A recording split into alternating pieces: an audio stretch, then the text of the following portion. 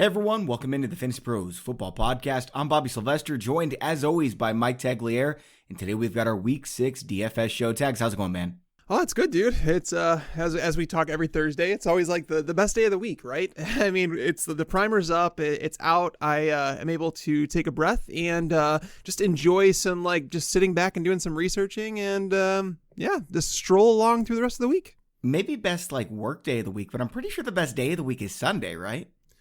Yeah, that's also the start of the work week though. It's tomorrow will begin almost like the weekend for me, and then Sunday starts the work week. But I mean, obviously it's always good to get a bigger sample size. It's always good to watch football, and it's going to make me really sad when it goes away. I mean, after that, we're like a third the way through the fantasy season, which is it's somewhat depressing because it just, before we know it, it's going to be gone, and then we're going to be wishing it was back. I don't know, man. That means we're a third of the way to NFL draft season, which is also a lot of fun. It's true. There is no NFL offseason anymore. We get free agency. There's a lot more players traded nowadays, switching teams. And I know that's not great for fans that, buy a jersey or whatever.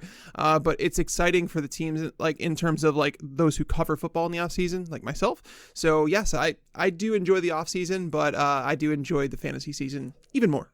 So guys, if this is your first time listening to one of our DFS podcasts, the way that we do these shows, we talk about FanDuel and DraftKings. We're talking primarily about cash games, maybe for the first 45 minutes of the show, spending a lot of time on running back, wide receiver. Of course, we'll talk about quarterback, tight end, DST as well, but that's not as important. You kind of use your money and then see what money you have left over to spend on those three positions. Then at the end, we'll circle back around and give our favorite GPP picks at each position. And then we'll give our lock of the week and our stack of the week. So Tags, we're going to get into it in just a second, but I mentioned on the last show that we're going to have another one of these Beat the Experts contests where you can play against Tags and I for $2,500 in cash prizes, free FanDuel contest entries, and epic bragging rights. If you want to enter the contest, it's just $5 to enter with a first place prize of $500. And the 25 users with the highest score who beat both Tags and I are going to get a free entry into next week's Sunday Million contest where you can play for millions in cash prizes. If that's not enticing enough, let's not forget that nearly half of the playing field is going to double their money in this contest, and Tags and I have some restrictions, so I think a lot of people are going to beat us this week. For these restrictions, because I beat Tags last time, he pulled out the whole, Jeff Swaim was better than the Miami Dolphins defense, and it was by 2 points, and it did make the difference, but you know what? Playmakers make plays, no excuses, but we do have the same restrictions as each other. And remember, the loser of this bet is going to have to do something dessert-related since Monday is International Dessert Day, I believe. So here's the poem. It has to do with desserts, obviously. There's a famous ice cream chain most people adore for the number of flavors it sells in its store. So grab a few scoops, guys, and let's have some fun. You'll start the running back you have ranked number 31. Ooh, that is low. Let's take a look at our rankings, Tags. Who do you have as your number 31 running back? Half PPR. Okay, I'm pulling up my running backs right now. I had flex running backs pulled up. Oh, baby, I get Gus Edwards. Let's go. Oh, God. Can we redo this? Nope, too late, man. Oh, I'm playing Miles Sanders. Oh, dude, you got to do better than that. I don't really have a choice. That's my 31 running back, man. That's not ideal.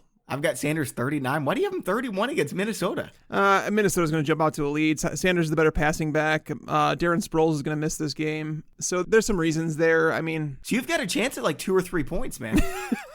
How expensive is he on FanDuel? I got Gus Edwards for $4,800.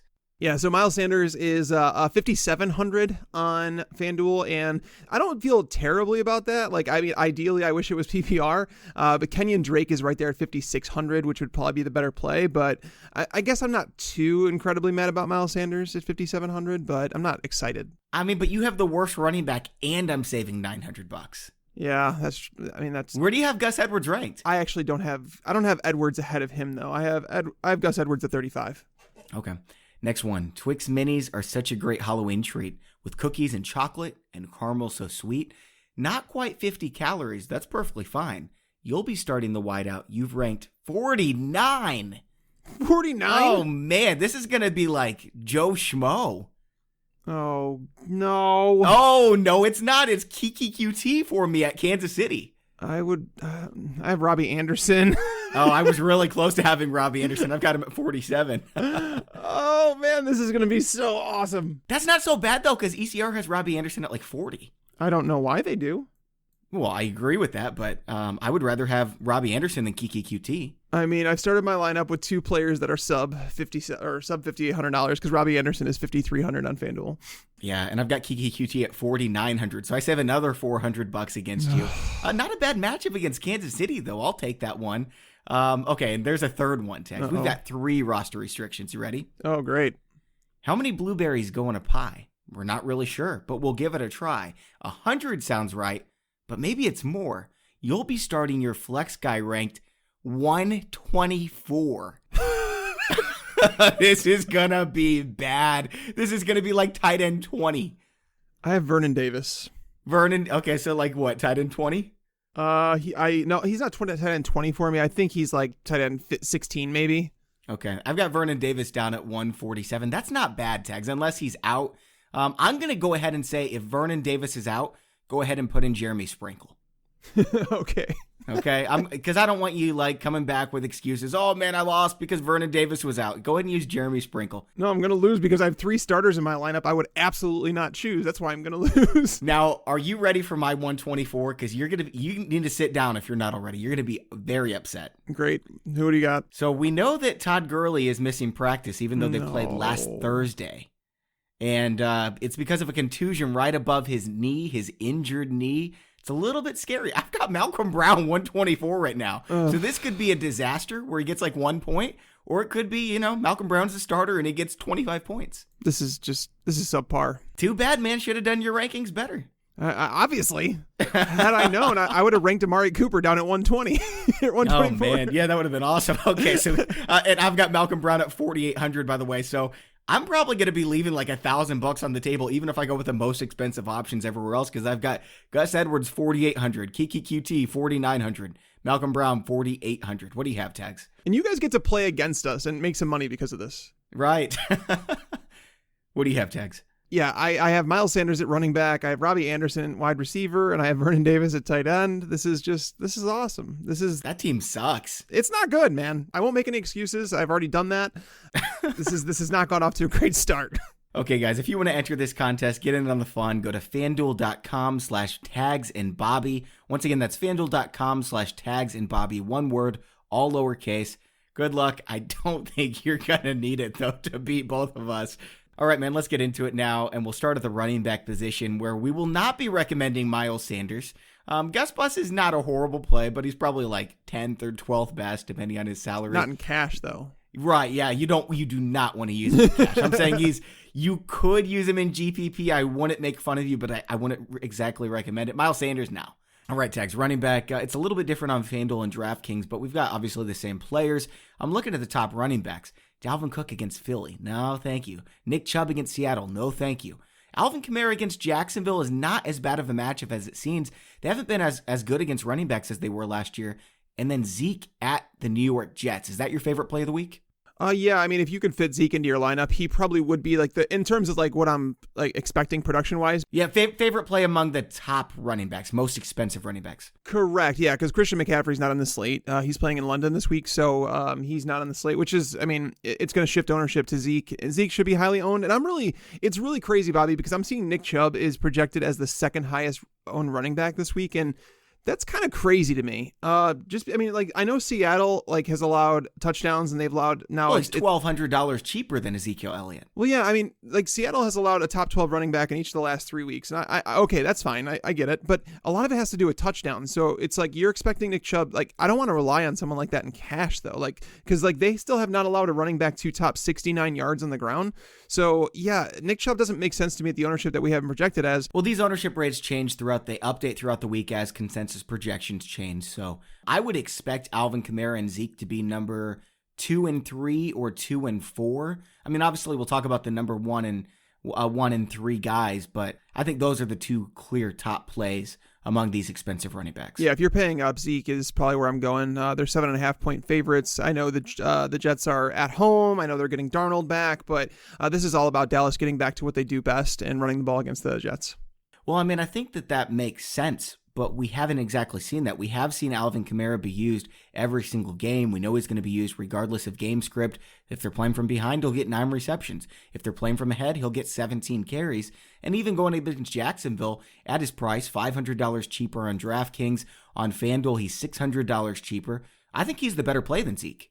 I don't want to say that. I don't think he's a bad play. Like, it's crazy to think that Jacksonville has allowed the most yards per carry in the entire NFL. Like, that's just a crazy stat. And the whole Jalen Ramsey effect that it has in the entire defense is just massive. Does that game from last year against Derrick Henry count into that? No, it doesn't count into that. But I have no problem with Kamara. I really don't. I like Elliott a little bit more just because, like, there's no concern at all about anyone siphoning any touches because Pollard looks like he's not going to play in this game. He's dealing with multiple injuries. So Zeke is, like, locked in for 20-plus touches, and it's hard not to play him when he's getting that many.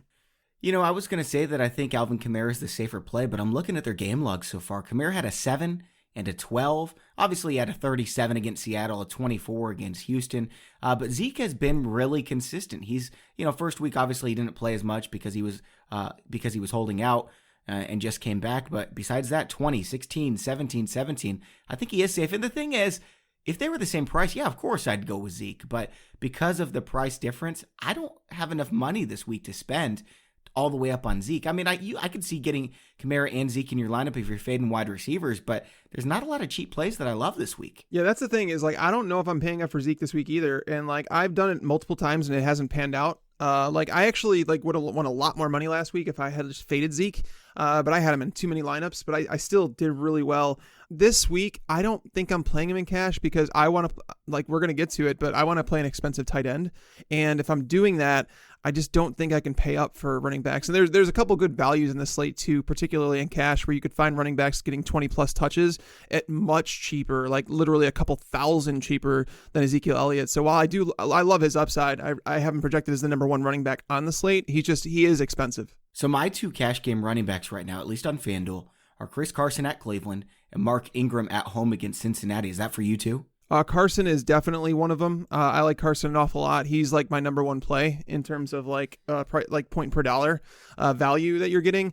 I don't think that Mark Ingram is a must play though. Oh, I don't think he's a must play, but he's an 11-point home favorite against the worst run defense in the NFL, worse than Miami, mind you. For sure. And that's the thing is, like, I like Ingram. I just worry about a game. Like, I could absolutely see a situation where he gets like 14 carries for 70 yards and a touchdown. And you kind of walk away kind of like, okay, it's a good game. It's not bad, but there's not going to be a lot of checkdowns to the running backs. He might have 1 reception, which really could crush his floor. And if they're blowing them out like the game's expected to go, that's a problem because Gus Edwards is going to get a lot of work. They're going to work in Justice Hill. They've actually been working in Justice Hill a little bit more over the last couple of weeks. So knowing that even Gus Bus has actually seen 30% of the carries inside the 5-yard line, he hasn't scored yet. So Gus Edwards is actually like, he's like overdue for a touchdown, whereas Mark Ingram has scored more than he's supposed to. So I'm not like in love with Mark Ingram this week. If there is a situation you're playing him, it's cash rather than tournaments, but I don't think I need to go there. I like Ingram more than Carson for the week, but at their price points, Ingram $6,600, Chris Carson $6,000. Ingram $600 more expensive. I'd prefer Carson, but these are the guys I'm using. And then on FanDuel, it's a $300 difference with Ingram being the more expensive guy. I'm gonna save $200 off Ingram, and I'm gonna play Le'Veon Bell. Okay, yeah, that's a really good play as well. I'm glad you brought him up. Those are the 5 that I've considered. Nobody else for cash games. I mean, I guess on DraftKings where you get the full PPR point, you could go with Kenyon Drake against Washington. I don't know if I want to do that in cash though. So for me, it's Kamara, Zeke, Carson, Ingram, and Le'Veon Bell. Those are the only 5 I'd consider. Yeah, I haven't decided on who like I'm flexing this week because I typically do put a running back in the flex. But as of right now, I'm pretty sure that Carson and Le'Veon Bell are going to be my 2 cash game plays at the running back position, and then kind of like figure out what I'm doing at wide receiver. I already kind of know what I'm doing at tight end and possibly quarterback. I have some like wiggle room with those positions, so that really depends on how much money I have left over for the flex. But obviously, if you can pay up, I mean, getting Kamara or Zeke in your lineup is never a bad thing. So everyone's looking at Le'Veon Bell and they're thinking, man, he hasn't had a very good season so far, right? I mean, first of all, he hasn't had Sam Darnold the whole season. He's been playing with a 3rd-string quarterback, yeah. He went up against the New England Patriots. He went up against Philly, and he had the bye week as well. And he's still been consistent, getting it done every week. 6 receptions, 10 receptions, 4 receptions, 7 receptions, 17, 21, 18, 15 carries. I mean, this is an absolute beast workhorse. Yeah, the one game that he didn't have production, like finished like as a top 15 running back, was against the Patriots, and nobody has done anything against the Patriots. They got blown out that game. In fact, he probably did the best out of any running back this season, right? Yeah, I think he did. But it wasn't a great game. Like, I think it was like just over 10 PPR points. But at 6,400, like that price, I was somebody that was telling everybody, don't draft Le'Veon Bell. You're going to be pissed because he's basically going to have games that, like, you're not going to win a championship because of him. But in cash games, we're looking for a solid floor, and he's presented that in the worst of the worst possible scenarios. In Dallas, I mean, just got like absolutely obliterated by Aaron Jones for 4 touchdowns, 175 yards or whatever it was. So yeah, I'll take Le'Veon Bell and his guaranteed 20 touches. Also, he's got 98 touches in 4 games and just 1 touchdown. Obviously, that's going to change. They're gonna have a lot more scoring opportunities under Sam Darnold. So any other running backs that you do want to talk about for cash games that if people would play, it wouldn't be terrible? Like David Johnson against Atlanta. I guess that one's not so bad, right? Well, you don't want to play David Johnson in cash, especially knowing that what we do about his back. So, I mean, that's probably something we should talk about, because if David Johnson were to be out, Chase Edmonds is definitely cash game viable. Like, not just cash game viable, cash game absolute lock. You cannot enter cash games without him. That's probably the best way to put it. He's 4,600, so he's actually more expensive than you would think. But going up against Atlanta, I guess that we had that coming. And then Malcolm Brown, if Todd Gurley were to sit out, 4,300 for Malcolm Brown, those guys would become like the flex that I talked about, that I don't know who I'm playing in the flex yet. Like, they would definitely go into that position. I don't know if I would want to start both of them. I absolutely would. If they're both starters, there's no chance I'm going without Malcolm Brown or Chase Edmonds. I'll go Malcolm Brown, Edmonds, put Carson in my flex, and then I'm going to spend up a ton at wide receiver and tight end. Yeah, I'm not saying that's a terrible solution. I would rather play Edmonds over Malcolm Brown, because like McVay's talking about getting Darrell Henderson more involved. And if Darrell Henderson gets involved, it's going to be more in the passing game. And that's like the more valuable role. I think the most valuable role in this backfield, we've seen it, is the goal line. That's really all they use their running backs for. Yeah. So, I mean, they're both playable. I mean, they're both under $5,000. They'd be starting running backs. So Edmonds would be my preferred play, though. So I'm looking at our model where it says cost per point. And right now, Leonard Fournette is in the top 3. Home game against New Orleans, they're favorites. I mean, that's a good play, isn't it? I don't think so. The Saints defense is like legit with Sheldon Rankins back. He came back, and David Onyemata. Like, ever since that week 1 game against Houston where both those guys were out on the defensive line, that team has been like the same exact run defense they were last year that allowed 3.2 yards per carry. Like, they're really good against the run. Right, but I mean, Fournette's going to get 15 to 30 carries. Yeah, that's the thing. I don't think he's like the absolute worst player or anything like that, because it's hard to find running backs that are locked into 18 touches. But I don't think it's a good matchup. I don't think his floor is very high. He's averaging 5 PPR points just in the passing game alone. And again, this is a guy with 115 touches, 1 touchdown so far. Yeah, I mean, he's definitely due for some more touchdowns, but against the Saints, I think that game's going to be lower scoring than people think. I can't use Fournette in cash games. We've seen him kind of disappear. I mean, he did save that game on, what was it, Monday night or Thursday night with the big run. Besides that, he would have put up a 0. Yeah. All right, so we're going to go on to wide receiver in just a second, but first I wanted to tell you about Pristine Auction. So first of all, with Pristine Auction, they gave us a Julian Edelman helmet that we're going to be giving away to one lucky listener. It doesn't take long to enter. All you have to do, just leave an honest review on iTunes or Stitcher. Any feedback, positive or negative, we appreciate it. We're going to read it all. And then send a screenshot of your review to contest@fantasypros.com. For more details, head on over to fantasypros.com/contest. We're going to be giving away a full-size Julian Edelman signed helmet at fantasypros.com/contest. And Tags and I love Pristine Auction. We're always on it because almost every single day they're auctioning off thousands, even 10,000 items. And so you're bound to find some good values, some of your favorite players that you didn't think you could find stuff on. Whoever your team is, you'll be able to find something for your cave, and everything is guaranteed authentic from only the most trusted sources. Tags, have you got anything from Pristine Auction lately? I actually have. I just got an Alvin Kamara helmet. It's supposed to be delivered, I think, tomorrow, and I could not be more excited. I was bidding on it, like, legitimately. There was like 5 days straight because they have the daily auctions, and so there was always one. And it's like the matte black Saints helmet. I'm stoked to get this one. That's a great one, dude. So anyways, you guys are going to love Pristine Auction, and when you go there, sign up. It's free to sign up. You don't pay anything until you win, and when you sign up, use our registration code. It's FantasyPros, all one word. That's going to get you $5 off your first purchase. Again, that's pristineauction.com, Pristine auction.com. Right, Tags, on to wide receiver. Who do you like this week? Oh, I mean, I guess we should walk through the price points. Like if you're paying up, it's impossible not to like Cooper Kupp, right? I mean, he's 7,100, so they're finally getting him to the point. He's the fourth highest wide receiver on the slate, but how do you not play him? Like the guy has seen at least 12 targets in 3 straight games. He's the best receiver in fantasy football right now. So Todd Gurley is a question mark to play, which by the way, Bobby, can we talk about this for a second? Because the first time, so before like I started diving into injuries, but I remember the first time I heard the word, oh, he has a thigh contusion. I was like, big whoop. I was like, what the hell is a thigh contusion? I really didn't know. I didn't know what it meant. And like, so I looked it up and then I find out it's a bruise. I'm like, okay, what did Todd Gurley do? Because obviously they played Thursday night and this is like, he's not practicing 6 days later. Yeah. So I'm wondering if something happened off the field where he got this bruise. I don't know. But Sean McVay said he was surprised by it, that nobody knew. I mean, you've surely had a bruise from sports that lasted 6 days, right? I mean, yeah, but not enough to like where I'm not going to play on Sunday, like a full 10 days later. But it's right above his arthritic knee, 3 inches above his knee. I don't know. It's weird, but either way, I mean, I do think that he's going to play. Like, it just seems, it's just really weird, the whole situation. But knowing that he may not be 100%, knowing they may cut back some of his snaps, against the 49ers, who run a lot of zone defense, they have not been beat on the perimeter very much. I just feel like Jared Goff is starting to just literally gravitate towards Cooper Kupp over and over and over again. So this is Adam Thielen last season. When Adam Thielen through 5 weeks was the number 1 fantasy football wide receiver, it wasn't even close. And then he faded at the end of the year, but that was because he was hurt. Cooper Kupp is that guy this year.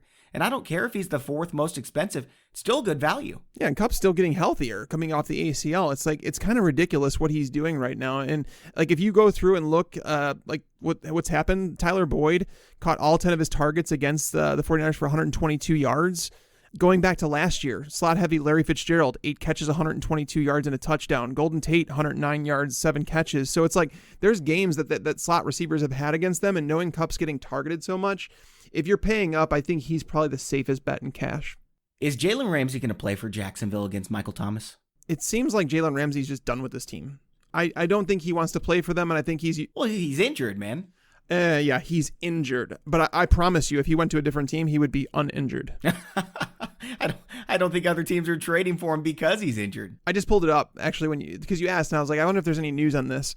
Jacksonville Jaguars owner vows that Jalen Ramsey will play in week 6. Okay. That's what he says. I mean, I don't know how to take that, but because like, you know, it is what it is, but that's what he's saying. So Tag, Jalen Ramsey and Michael Thomas have never played each other, but I'm looking back at Michael Thomas's game log.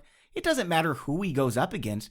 He's always solid. I mean, should we just play him regardless? No, I would not play him regardless. Like last week, they priced him down at like 6,600 against the Bucs, and it was like the easiest thing to do, right? Like you just plug him in cash and you live with that, right? The Bucs are terrible, but Jalen Ramsey is uber talented, and it's not like we have Drew Brees thrown to him. It is still Teddy Bridgewater, and Teddy Bridgewater's much improved over the last few weeks, but it's still not Drew Brees. Exactly, and that's the thing. Like he's very safe with the football. He's not throwing the ball tight into coverage. He's checking down an awful lot, and if Jalen Ramsey's the guy that has to hold coverage for a couple seconds by the line of scrimmage, Michael Thomas, they also raised his price. He's more than DeAndre Hopkins, which makes no sense. So, I mean, if you're looking... Well, I mean, DeAndre Hopkins hasn't really been doing anything. I wrote in the preseason that DeAndre Hopkins worries me a little bit. I wouldn't quite draft him in the first round because he had that offseason shoulder injury, and that's kind of a hard injury to recover from. So he hasn't been as good. He's also got Will Fuller there. Kiki QT's healthy now. They're involving the tight ends a little bit. In fact, I read a stat. I wish I could remember who wrote it on Twitter.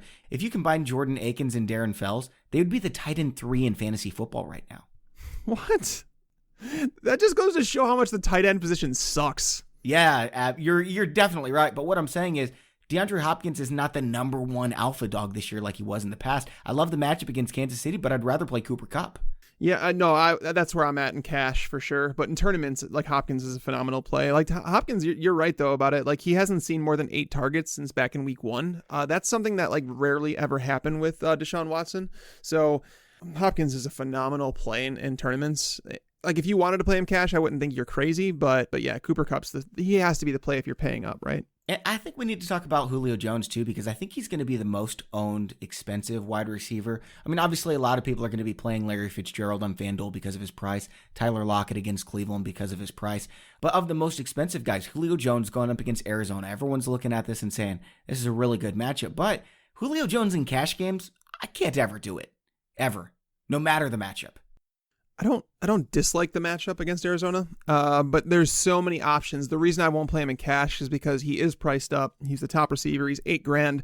So you're looking for 20 plus points like locked in, and there's so many different ways that the Falcons can kind of attack the Cardinals defense. Like Calvin Ridley can beat that secondary. They just don't have enough talent in the secondary to cover these receivers. Mohamed Sanu in the slot. They've been abused by slot receivers. They've been abused by tight ends. There are so many different ways that they can beat them, which is why Matt Ryan is just a phenomenal play. So if you want to get exposure to Julio, just play Matt Ryan. Yeah, I think that's a fair way to put it. Okay, so going down to this next tier of wide receivers, Amari Cooper against the Jets. Love the play, not in cash games because it's Amari Cooper.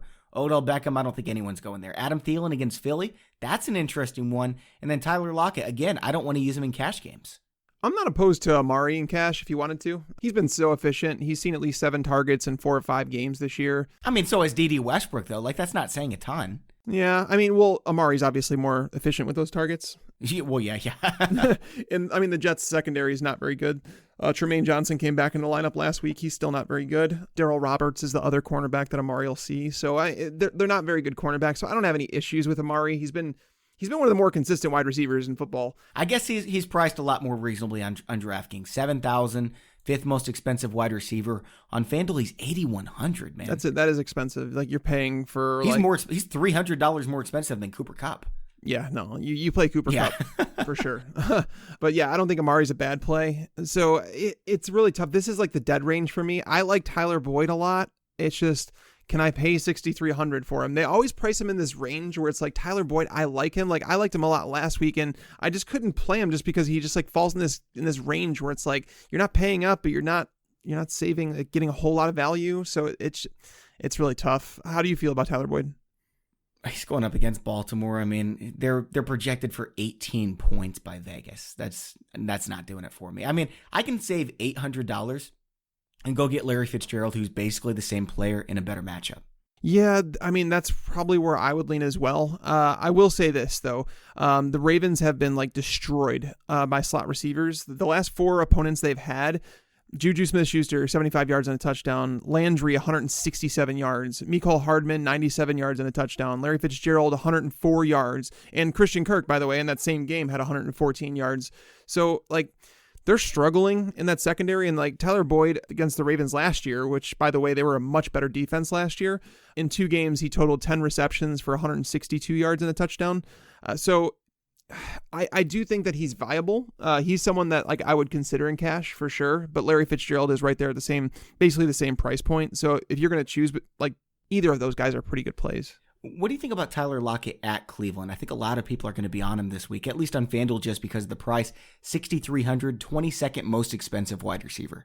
Not into him, and the reason is because people are going to look at it and see that, like, you know, Cooper Kupp killed them and Willie Snead caught a long touchdown, but those plays both coincide with Denzel Ward and Greedy Williams being out of the lineup. So what happened when those two were out of the lineup? It forced their slot cornerback TJ Carey to move out to the perimeter, and they brought in safety Eric Murray to cover the slot. So therefore, like, they were absolutely abused over the middle of the field in the slot.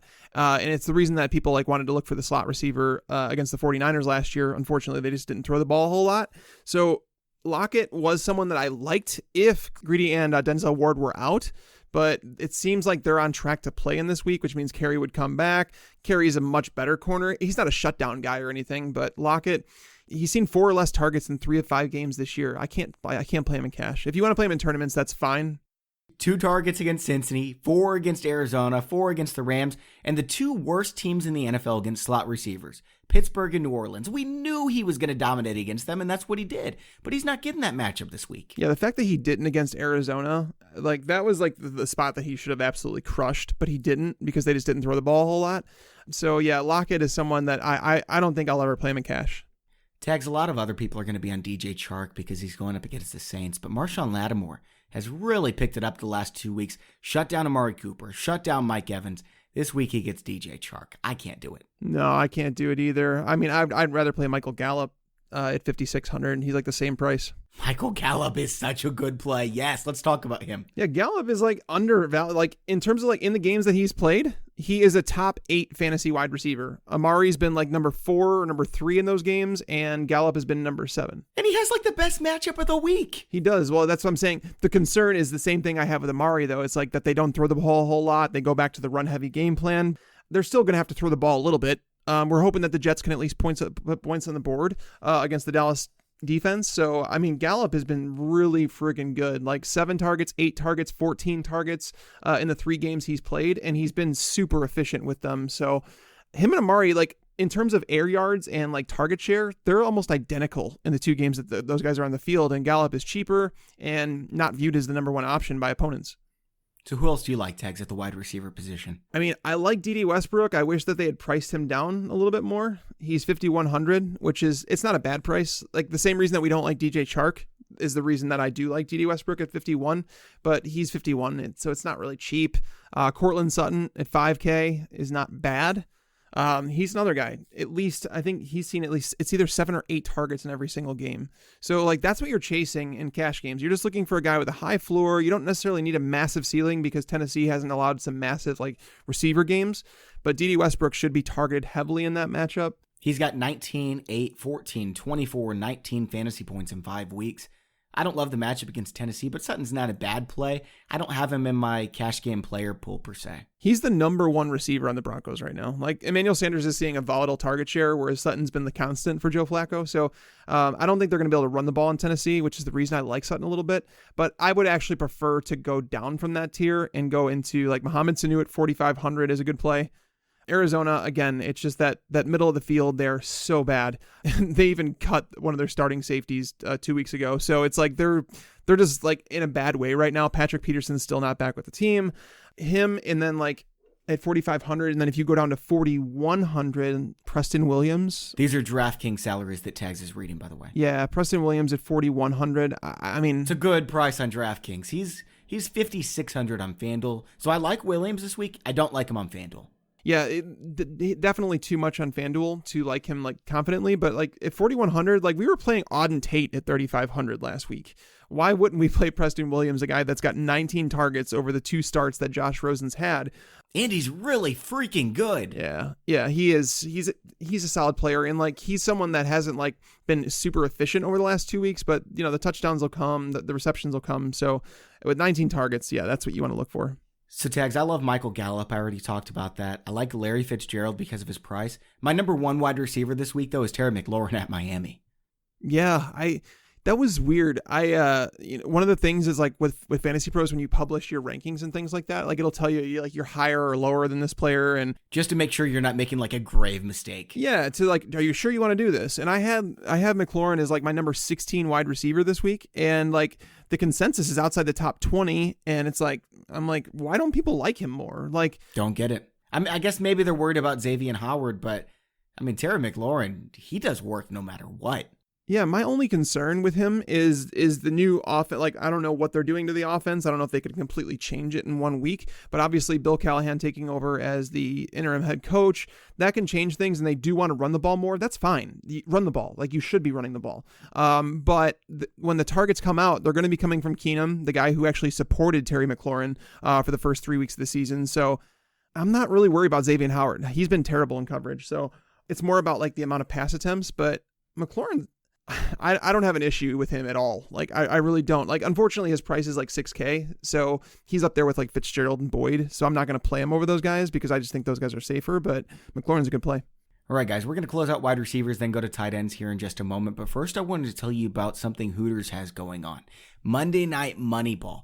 It adds an element of excitement to watching football on Mondays. Monday Night Moneyball is so easy. It works like making prop bets. Just answer a few quick questions about the Monday night game, and you're going to have a chance at cash prizes, free Hooters food, and even a trip to the big game come February. Get in on the action at HootersMoneyball.com. There's 2 ways to play. You can play at Hooters or you can play anywhere. If you play at Hooters, it's on Mondays only. You have a chance to win cash prizes, a trip to the big game, and Hooters food and drink prizes. If you play anywhere, you can play anytime you want, and you can also compete for a chance at Hooters food and drink prizes. And remember, Hooters provides the optimal football viewing experience, all the big games on all the big screens, so you don't miss a minute, and the Hooters girls make it fun and a festive atmosphere, so you're not sitting around someone's basement with just a bunch of dudes. Their world-famous wings and selection of ice-cold beers turn it into an ultimate tailgate. Again, that's HootersMoneyball.com to get in on the action. Okay, Tags, tight end position, Austin Hooper. Let's move on. I mean, I like Hooper a lot, and There's no way you are going to debate me on this, are you? I mean, Kittle. I would play Kittle too. Kittle's the same, like basically almost the exact same price. Oh, he's 5,200 on DraftKings? Yeah. Hooper's 5K, Kittle's 52. Kittle last year against this Rams defense, he totaled 8 catches for 98 yards and a touchdown in the first game, and then 9 catches for 149 yards and a touchdown the second game. So obviously there's something in the defense that they just don't defend George Kittle very well. And that was, by the way, with CJ Beathard was the first game and Nick Mullins the second game. So it wasn't just like Nick Mullins and people. So I know some people are on the train saying that Nick Mullins is better than Jimmy Garoppolo, but I think they're right, by the way. I don't know if I'm not even going to get into it right now, but I will say that George Kittle is a phenomenal play in that game, especially knowing that, like, the concern is that the 49ers are now missing their both starting tackles. Mike McGlinchey and Staley are out. That's worrisome for Jimmy Garoppolo staying alive. He needs to get the ball out and get the ball out quick, especially with that Rams pass rush. So, I mean, will Kittle stand up block a little bit more? That's like a growing concern for me. So I would have no issue if people wanted to play Hooper. They're making you pay for him though at $5,000, but I mean, Hooper, you can't go wrong there. He's going up against Arizona, man. We played Tyler Eifert last week against Arizona. Before everyone says, yeah, that cost me a bunch of money. Who could you have played at tight end that wouldn't have cost you a bunch of money? Oh, dude, it was not a good week for tight ends last week. So it's just, you have to accept it. And there was, by the way, a ball that bounced right off Tyler Eifert's hands for a touchdown. Like it was thrown a little bit behind him, so it would have been a tougher catch, but he should have caught it. Top tight end plays last week. Darren Fells, 15 points. Jared Cook, 12. Tyler Conklin, 11. Like, what? Yeah, it was a terrible week for tight ends. Lee Smith, he got in the end zone for Buffalo. We should have played him, man. Yeah. Some people told me that they won their season-long matchups because I said to play Tyler Eifert over O.J. Howard, so I was pretty happy about that. Nice. Okay, I like that. So, okay, Kittle or Hooper, anything else you would even consider? Like, if George Kittle was the same price as Travis Kelce, would you play him? I like Kelce a lot. Kelce's a good tournament play.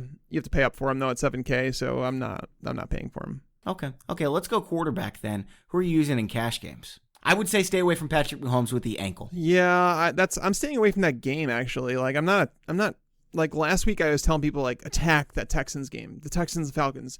And I love what Pisapia said on our episode yesterday. He talked about saying that he thinks that the Falcons game this week against the Cardinals is probably going to be higher scoring than the one everybody's chasing in Kansas City against Houston, and I agree with him. So you going Matt Ryan or you going Kyler Murray? Because those are the two I can't decide between, and I think I'm going Murray. I like them both. However, I am going to go with Matt Ryan here just because Kyler Murray's missing just too many options. Like that's the concern for me is that Larry Fitzgerald is really the only healthy one. Keyshawn Johnson's been, we don't know if Damiere Byrd is going to play. It seems like Christian Kirk is still out. David Johnson might not play. So when you start looking around, it's like he's just missing too many options to where I don't feel comfortable with him. And then like Matt Ryan going up against Arizona, they have allowed 3 quarterbacks to post 26 or more fantasy points against them. There are just like 4 other teams that have allowed 2 performances at all, like period, and they've allowed 3 of those. So they're clearly a matchup to target, and Matt Ryan, the run game just hasn't been getting anything going. So knowing, as I talked about with Julio, with Ridley, with Sanu, with Hooper, there's just so many Falcons, like any way that they can go, and there's a mismatch at every position.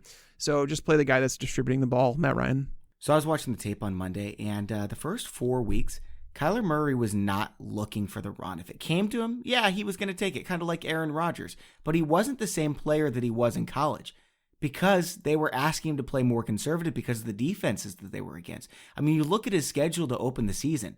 You've got Detroit, the number 1 most difficult matchup for a running quarterback.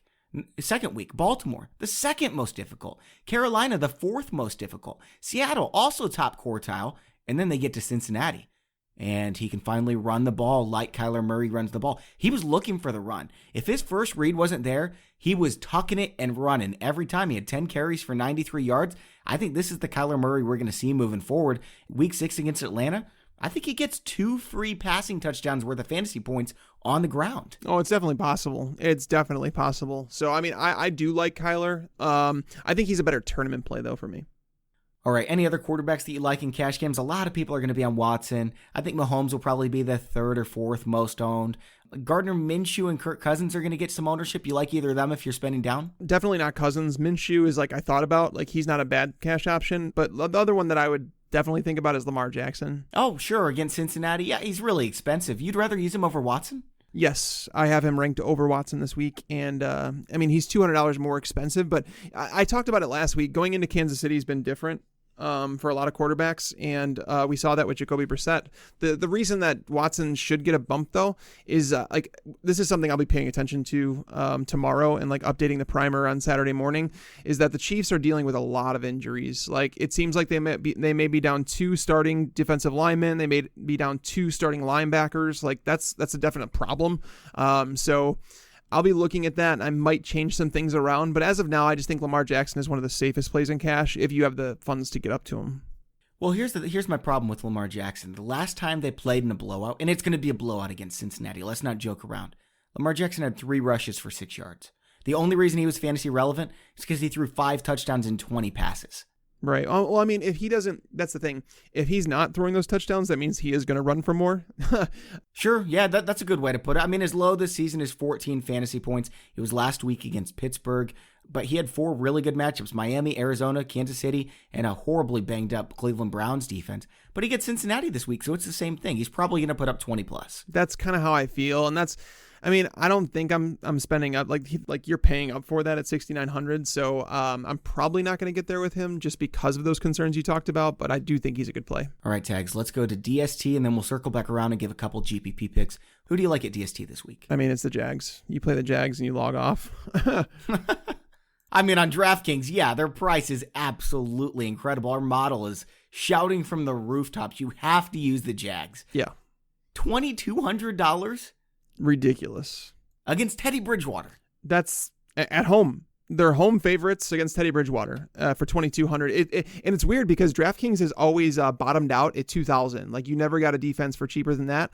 This week they're tempting you. They have the Cardinals for 1,900. They have the Bengals for 1,700. They have the Jets for 1,500. Like I don't think the Bengals are a horrible play at Baltimore.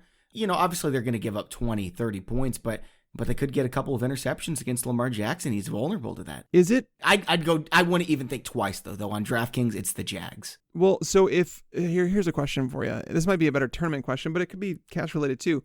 If Tyron Smith, the starting left tackle for the Cowboys, and La'el Collins, their starting right tackle, is out for the Cowboys. If both those guys are out, would you consider the Jets at $1,500? That's interesting, man. Dak Prescott can turn the ball over sometimes too. In GPP, yeah, I guess I would. In cash games, no chance. I mean, we're talking Collins and Smith are 2 of the best 5 tackles in football, but the rest of their offensive line's pretty good too. I mean, the Jets defense, they've played some pretty good offenses. Like they played New England, they played Philadelphia. They've scored at least 4. Yeah, they've got some talent. They've scored at least 4 fantasy points in each game, so it's not like they've bottomed out at 0. Yeah, and it's at the Jets, yeah. Yeah, I mean, against the Patriots, they had 16 fantasy points. Now, a special teams touchdown was in there, so that does matter. But I mean, I'm thinking to myself, at like 1,500, you could do some work. Like that just frees up like the ability to pay up for those running backs we talked about. That's really interesting, man. Mm-hmm. FanDuel, it is a lot different. You've got to spend up. The most expensive defense is $5,000. Least expensive is $3,200 down at Cincinnati at Baltimore. For me right now, I'm leaning towards the Rams at home against Jimmy Garoppolo's 49ers. I like Jacksonville in this one as well, $4,100. If you're spending up, Tags, would you rather go with Dallas at the Jets or Baltimore at home against Cincy? I'd go Baltimore. That Cincinnati offensive line is so terrible. The Ravens are coming off a bad loss. There's a lot of reasons that I kind of like Baltimore coming back home in that game, knowing that, Dalton is still without A.J. Green. He's without John Ross. We could like Tyler Boyd, and that's fine, but we don't really like anybody else, do we? So that points to the Ravens, like limiting the points. They're going to sack Dalton. So, yeah, the Ravens. A lot of people are going to use Washington at Miami. Guys, don't do that in cash games, please. I think you will regret it. Yeah, I wouldn't do that. I mean, I like your call on the Rams defense against San Francisco.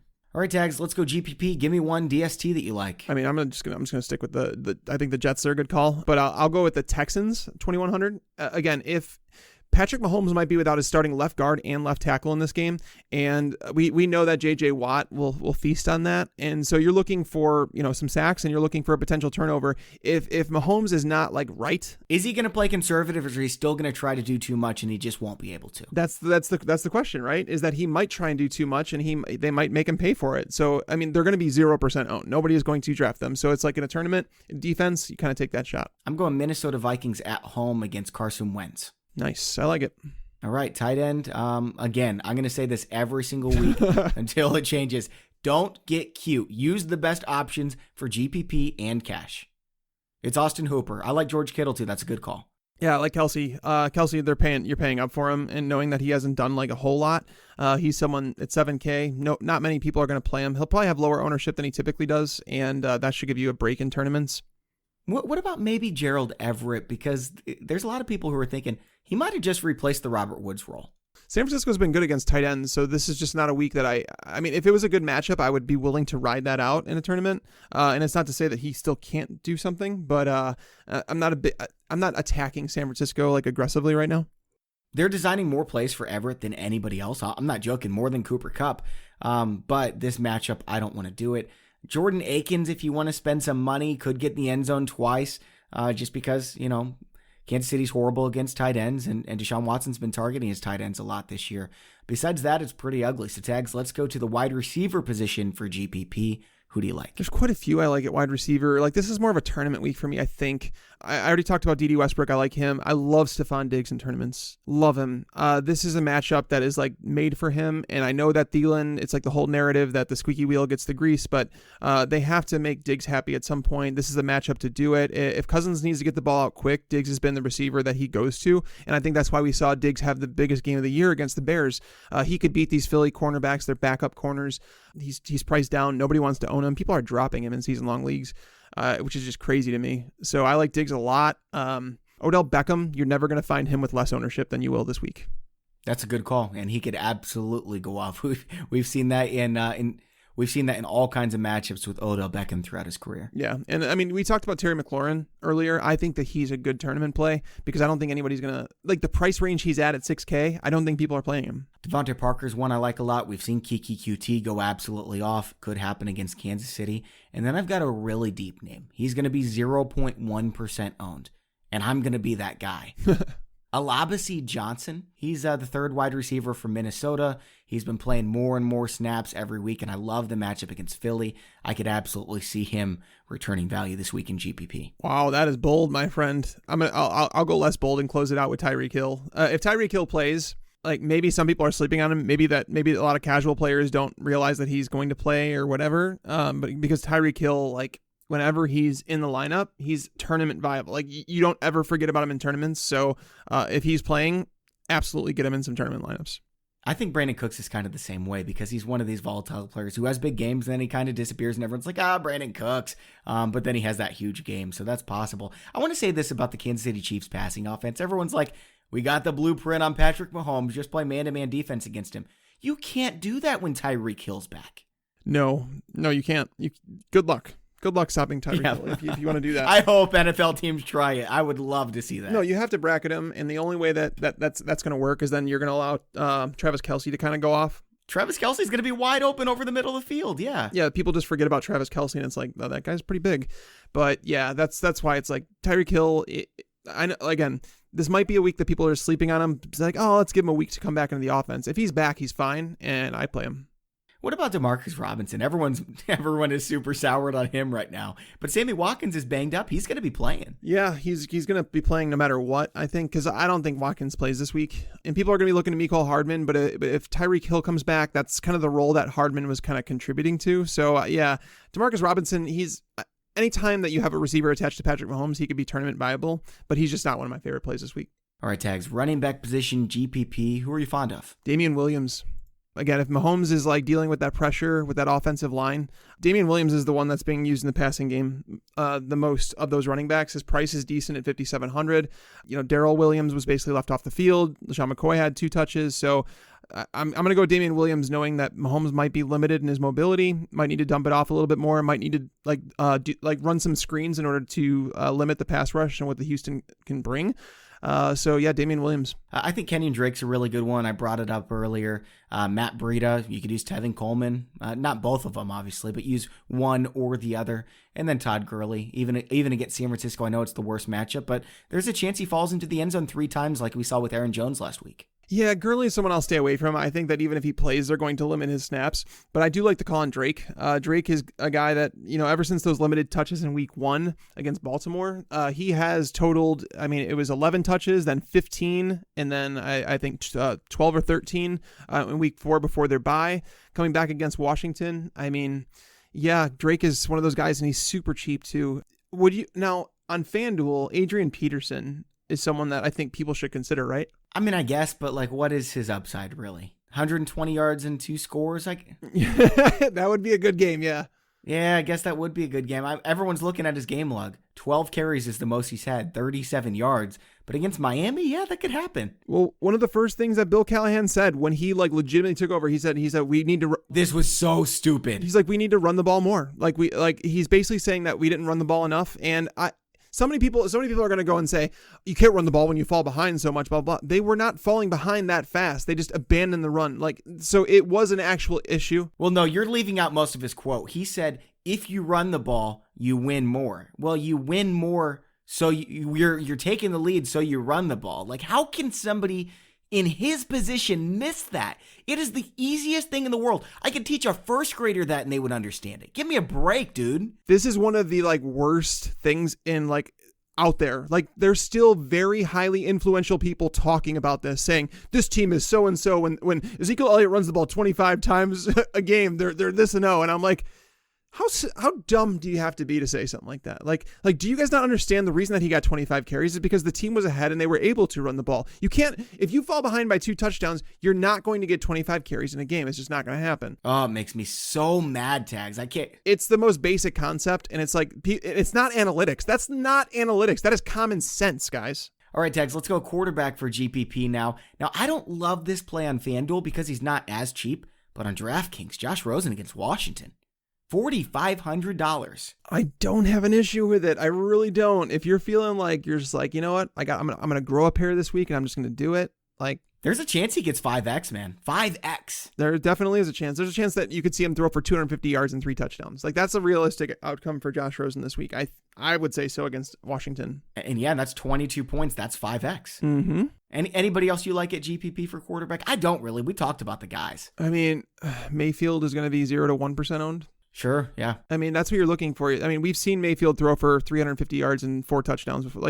Seattle's secondary is not very good either. Yeah, their front seven is their strength, and I've talked about that. They don't allow much on the ground. No running back is popped off for. I don't think any running back has reached 60 or 70 yards on the ground against them. So it's so weird too, because there's something that Vegas knows that we don't, or odds makers, I should say, because The Browns were favored when the spread opened, and it's shifted since that time, but still, it kind of tells me something. I don't know what's going on there, but Mayfield and Beckham, if you wanted to stack those guys as a contrarian stack, you're going to get them at low ownership. All right, Tags, let's go lock of the week. I've got Austin Hooper, obviously. Who are you using? Chris Carson? Yeah, that's what I'm going to go with him as my lock because he's 6K. He was my number 2 for what it's worth. Yeah, he's the one I have to put in lineups just because he's 6K. He's, I have no concerns about his workload anymore. I really just don't. So yeah, I'm going to go Carson here at 6K. All right, stack of the week. We like Matt Ryan, but who do you stack with him? That's the question, right? But if you're going to do a stack with Matt Ryan, what you want to do is you grab someone like Julio Jones that, might have suppressed ownership because he's expensive, because he's had a couple bad games. That's going to drop his ownership a little bit. If you stack him with... This is for a GPP. Obviously in cash, if you're stacking, which I don't recommend in cash games, but it would be Ryan and Hooper. Yeah, but like getting, someone like Julio, and then going back on the other side of that game and stacking him with Larry Fitzgerald. If you do that, that's basically the stack that I would use. Matt Ryan, Julio, and Larry Fitzgerald. I'd go Dak Prescott, and I'd go Michael Gallup. That's my favorite GPP stack. Nice. All right, Tags, that's all for today's show, man. This is one of those slates. Every now and then we come across a slate where you don't feel exactly like super confident in a lot of the plays. And like even saying Chris Carson is my lock, it's like, okay, like I do believe in him. And I think that he's the only one that I think that I cannot be talked out of because his price is too good. But outside of that, it's one of those weird weeks where I just don't know if cash is the way to go. All right, and I want to say thanks to the sponsors of today's show, Hooters. You can get in on the action of their Monday Night Moneyball contest at HootersMoneyball.com. And also Pristine Auction. Check out what they have for you. You're going to be happy with what you find. There's some great values. Everything's guaranteed authentic from only the most trusted sources. That's PristineAuction.com, Pristine auction.com. And don't forget to enter for that signed Julian Edelman helmet giveaway at FantasyPros.com/contest. And don't forget to get in on the contest against Tags and I. Go to FanDuel.com/TagsandBobby for the Beat the Experts contest. That's FanDuel.com/TagsandBobby. For Mike Tagliere, I'm Bobby Sylvester. Thanks for listening, and enjoy your football.